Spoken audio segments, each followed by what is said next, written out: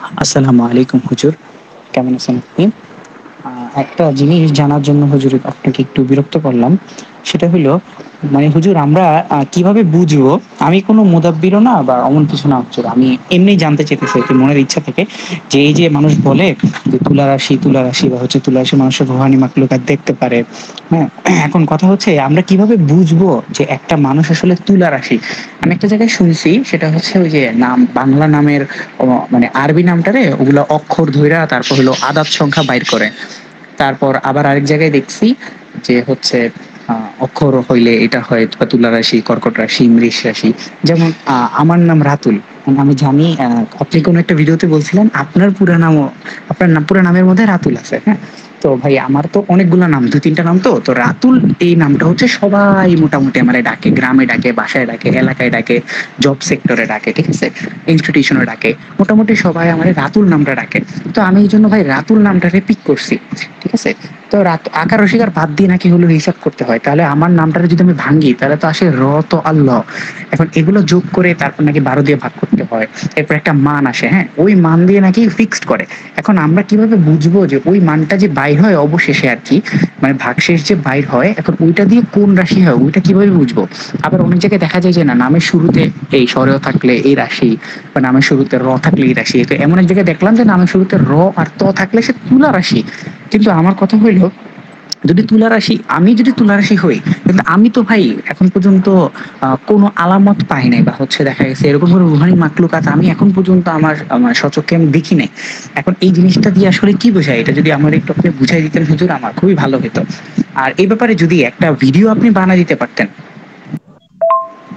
আলহামদুলিল্লাহ, আপনার চ্যানেলের অনেক আমল করে আমি আলহামদুলিল্লাহ ফল পাইছি। অনেকগুলো দেখা গেছে, এখন আপাতত একটু বন্ধ রাখছি, আবার শুরু করবো ইনশাআল্লাহ। আপনার জন্য খুব দোয়া থাকবে হুজুর, আপনি মানুষের এইভাবে খেদমত করে যেতেছেন। আলহামদুলিল্লাহ যে আল্লাহ আপনার চ্যানেলের সাথে দেখা করাইছে।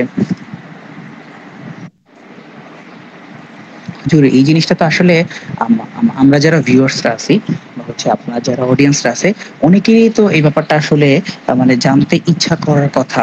আমার মনে হয় যে এটা একটা গুরুত্বপূর্ণ টপিক ভিডিও বানানোর, যে কিভাবে তুলা রাশির মানুষ চেনা যায়। আর যদি হুজুর আপনার এই মানে এই রিলেটেড কোনো ভিডিও থাকে চ্যানেলে, যদি একটু কষ্ট করে আমাকে লিঙ্কটা দিতে পারতেন আমার জন্য খুব ভালো হতো, আমি একটু বলতে পারতাম আর কি, মানে ওই জিনিসটা আমি একটু দেখতে পারতাম।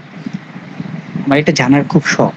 আমাকে একটু সঠিক পদ্ধতিটা যদি আপনি পারেন একটু আমাকে বলে দিয়েন, অথবা হচ্ছে আমি যেটা বলছি আসলে এটা ঠিক আছে কিনা, বা আসলে আসল কিভাবে বুঝবো একটা মানুষ তুলা রাশির কিনা, বা আমি নিজেই তুলা রাশির কিনা, এটাই হচ্ছে আমার প্রশ্ন।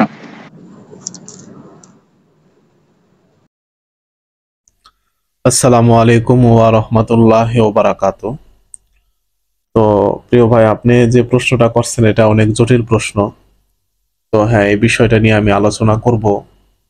তো এটা ইনশাল্লাহ ভিডিও আকারে আপনার ইউটিউবে যাবে। আপনাদের তো আমি এখানে বলে দিতেছি, বা অনেকেরই এই প্রশ্নটা জানতে মন চায়, আমার অনেক মানুষই করছে। তো প্রায় সময় আমি ব্যস্ত থাকি, ব্যস্ত থাকার কারণে আহ উত্তরগুলা দিয়া ওঠা হয় না। তো এর জন্য আজকে আপনাদেরকে আমি এই বিষয়ে সুন্দরভাবে জিনিসটা বুঝাই দিব। যেরকম আপনি প্রশ্ন করছেন আপনার নাম রাতুল, আর আপনি আরেকটা কথা বললেন, হ্যাঁ আমার ভিডিওতে কোনো জায়গায় শুনছেন যে আমার নামও নাকি রাতুল। হ্যাঁ ঠিক আছে, আমার নামও রাতুল। আমার অরিজিনাল নাম হচ্ছে রাতুল শিকদার, হ্যাঁ। আর আমার ডাক নাম হচ্ছে সোহাগ। তো আপনার নামের প্রভাব মানব জীবনে অনেক সময় থাকে, আর গ্রহের প্রভাবও থাকে। অনেকে গ্রহ বিশ্বাস করে না, হ্যাঁ। তো এটা কে বিশ্বাস করে বাবা না করে এটা তো আর আমার দেখার দরকার নাই, আর আমি এটা লইয়া বাহাস বিতর্ক করুম না। আর আমি আপনারা যে কথাগুলো বলতেছি, আমি তো ছোট মানুষ, আমার থেকেও জ্ঞানী আছে, শেরের উপরে শোয়া শের আছে। হ্যাঁ, আমার থেকে অনেক বুজুর্গ মানুষ আছে, অনেক জ্ঞানী ব্যক্তি আছে, হাজার হাজার মানুষ।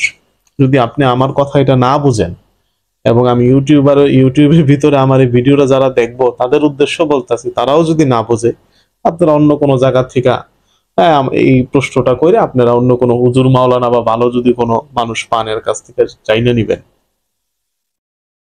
তো মূল বিষয় আপনি বললেন যে নামের একটা আর হইলো যে সংখ্যা, নিজের নাম বের করে যোগ করে এটা সেটা। আসলে এই সমস্ত কথাগুলা থাকে আপনার বাজারে যদি কিছু রাশিফলের বই পান, যেমন হ্যাঁ সুলেমানি, খাবনামা, ফলনামা, স্বপ্নের তাবির, হ্যাঁ, এই রাশি ফলে ভাগ্য নির্ণয় অনেক বই আছে, ঠিক আছে।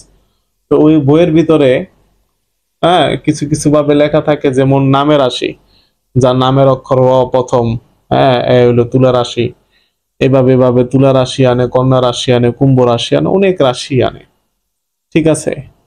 তো আপনি মনে রাখবেন, একটা হইলো জন্মসূত্রে তুলা রাশি, জন্মসূত্রে তুলা রাশি যেটারে বলে, কথা বুঝছেন, জন্মসূত্রে, যে জন্মসূত্র মানে আপনার রাশিফলের যারা বিশেষজ্ঞ জ্যোতিষীরা আছে, এরা আজ থেকে বহু বছর বলে আগে, কেউ বলছে 1000 বছর আগে, কেউ বলছে 500 বছর আগে, বাবা আমি বলতে পারি না কত বছর আগে, কিন্তু আমি যেটা শুনছি, আমার যেটা গবেষণা আছে আমি সেটা আপনারা বললাম।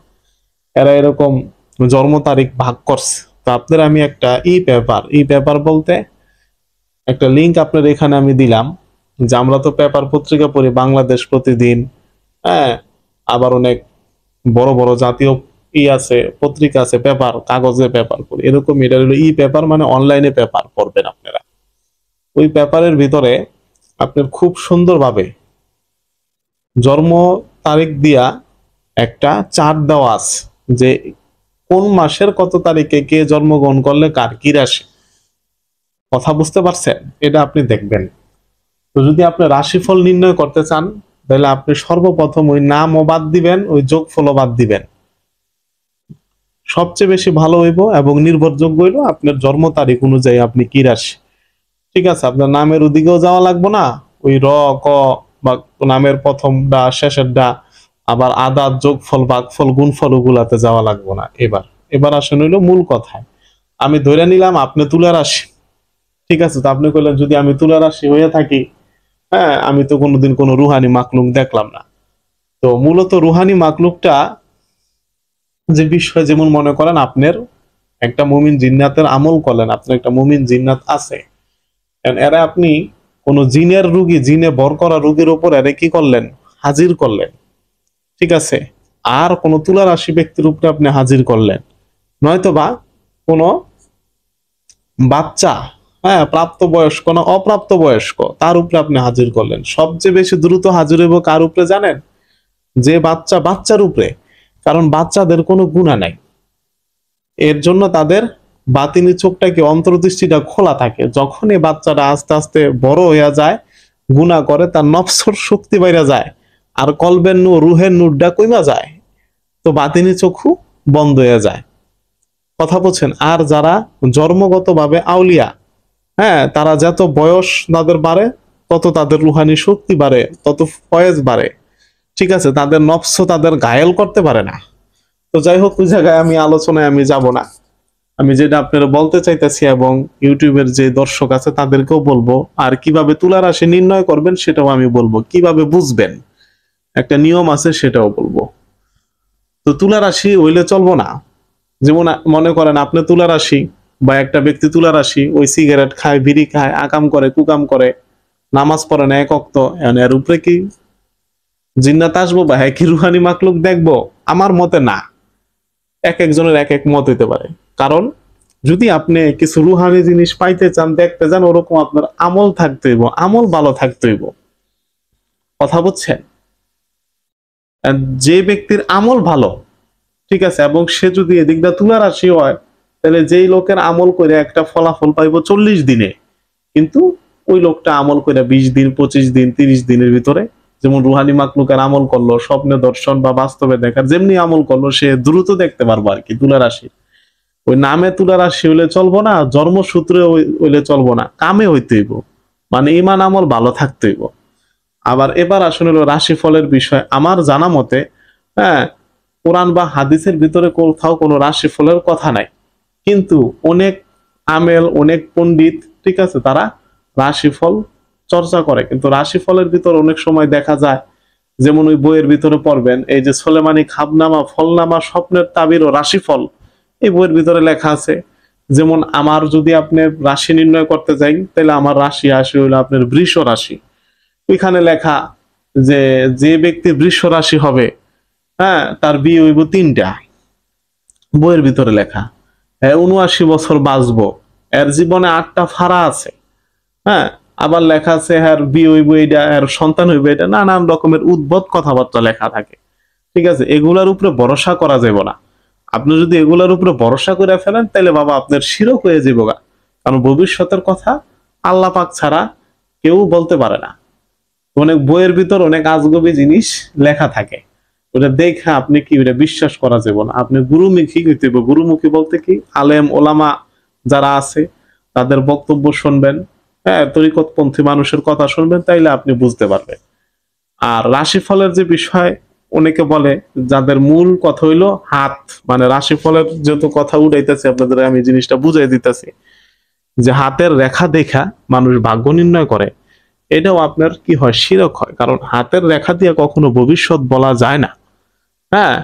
আর হাতের রেখা যদি, যে লোকের হাত নাই, পঙ্গু হাসপাতালে যান ঢাকা, কত মানুষের হাত নাই, এর জন্য আর কি ভাগ্য নাই? অনেক বড় লোক আছে, বড় লোকের সন্তান, এদের অনেক টাকা পয়সা আছে, কিন্তু আল্লাহ পাক রব্বুল আলামিন এর হাত দেয় নাই বা কারো পাও দেয় নাই, এর জন্য কি তার ভাগ্যটা শেষ হয়ে গেছে? না। মানুষের ভাগ্য হইলো মানুষের কর্মে। কর্ম বলতে কি, ভাগ্য হলো পরিবর্তনশীল। আপনি আল্লাহর কাছে দোয়া করবেন, দোয়ার মাধ্যমে আল্লাহর তকদিরও চেঞ্জ হয়ে যেতে পারে, যদি আল্লাহ পাক আপনার দোয়া কবুল করে। এটা বুঝতে হইব। তো এই হইলো ভাইয়া মূল জিনিস, যে আপনার জন্ম তারিখের সাথে যদি রাশির কানেক্টেড থাকে, তাইলে মনে করেন আপনি ওই মূল আসল রাশির অধিকারী হলো আপনি, এটা বুঝতে হইব। আর ওই রাশি হইলো আমার সব হইলো জন্মসূত্র, আমি তুলা রাশি, আমি করি আকাম কুকাম, তাইলে বাবা আমার সামনে রুহানি মাকলুক না একটা তেলা পোকা হইব না। এটা হইলো আমার মতামত।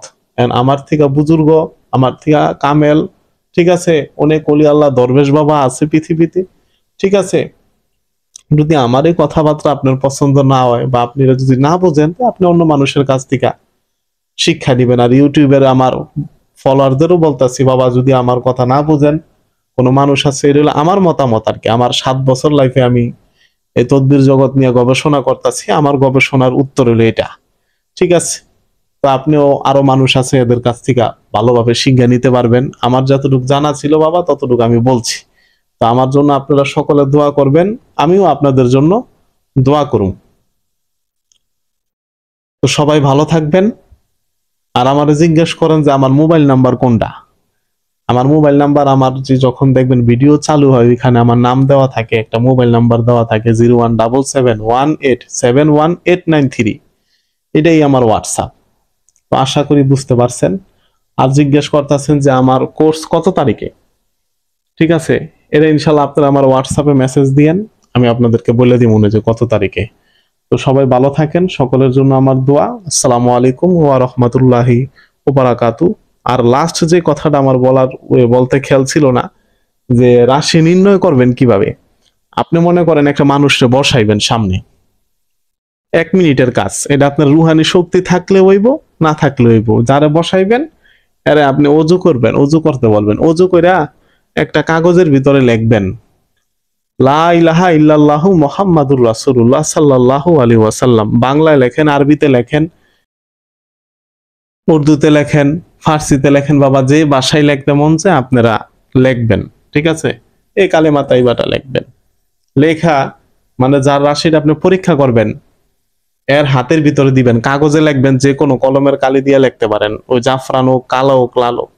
হাতে দেওয়ার পরে আপনি কি পড়বেন, 100 বার পড়বেন লা ইলাহা ইল্লাল্লাহু মুহাম্মাদুর রাসূলুল্লাহ, লা ইলাহা ইল্লাল্লাহু মুহাম্মাদুর রাসূলুল্লাহ, ঠিক আছে। তো যখন আপনি 10 বার অতিক্রম করবেন তখন এর হাতে একটা ফু দিবেন। আবার যখন 20 বার অতিক্রম করবেন তখন 21 বার আগে তখন একটা হাতে ফু দিবেন। মোট 10টা ফু পড়ব হাতের ভিতরে, ঠিক আছে। যেমন আপনি মনে করেন কালেমা তাইবা 10 বার পড়ছেন, একটা ফু, 20 বার পড়ছেন, একটা ফু, 30 বার পড়ছেন, একটা ফু, 40 বার পড়ছেন, একটা ফু। এখন যখন ফু গুলা দিবেন দেখবেন 50 বারের যখন আপনি ফু দিবেন, এখন আপনি 60 বারের ফু দেওয়ার আগে, যেমন এখন আপনি 51 বার পড়তেছেন লা ইলাহা ইল্লাল্লাহু মুহাম্মাদুর রাসূলুল্লাহ, অর্ধেক পড়া শেষ। যদি দেখেন হের হাত কাঁপাকাঁপি করে, আর যদি বলে ভাই আমার হাত ব্যথা করতেছে, আমার শরীর জ্বলতাছে, হাত আমি এরকম উঠায় রাখতে পারতাছি না, তাই মনে করবেন এই লোকে তুলা রাশি। কথা বুঝছেন? তো আগে নিয়ত করে রইবেন, আল্লাহ পাক রব্বুল আলামিন আমি এই তুলা রাশি নির্ণয় করার জন্য এই আমলটা করলাম, এই আমলটা তুমি কবুল করো। আগে আপনি আল্লাহর কাছে দোয়া চাইয়ে নিবেন। তো আপনার এই আমলের অনুমতি এবং আপনাদেরকে এই আমলের ফয়েজ ইনশাল্লাহ সবাই আমি দিয়ে দিলাম, যারা যারা পুরো সুন্দরভাবে ভিডিওটা শুনছে তাদেরকে অনুমতি আমার দেওয়া আছে। তো সবাই ভালো থাকেন, আমার জন্য দোয়া করবেন। আসসালামু আলাইকুম।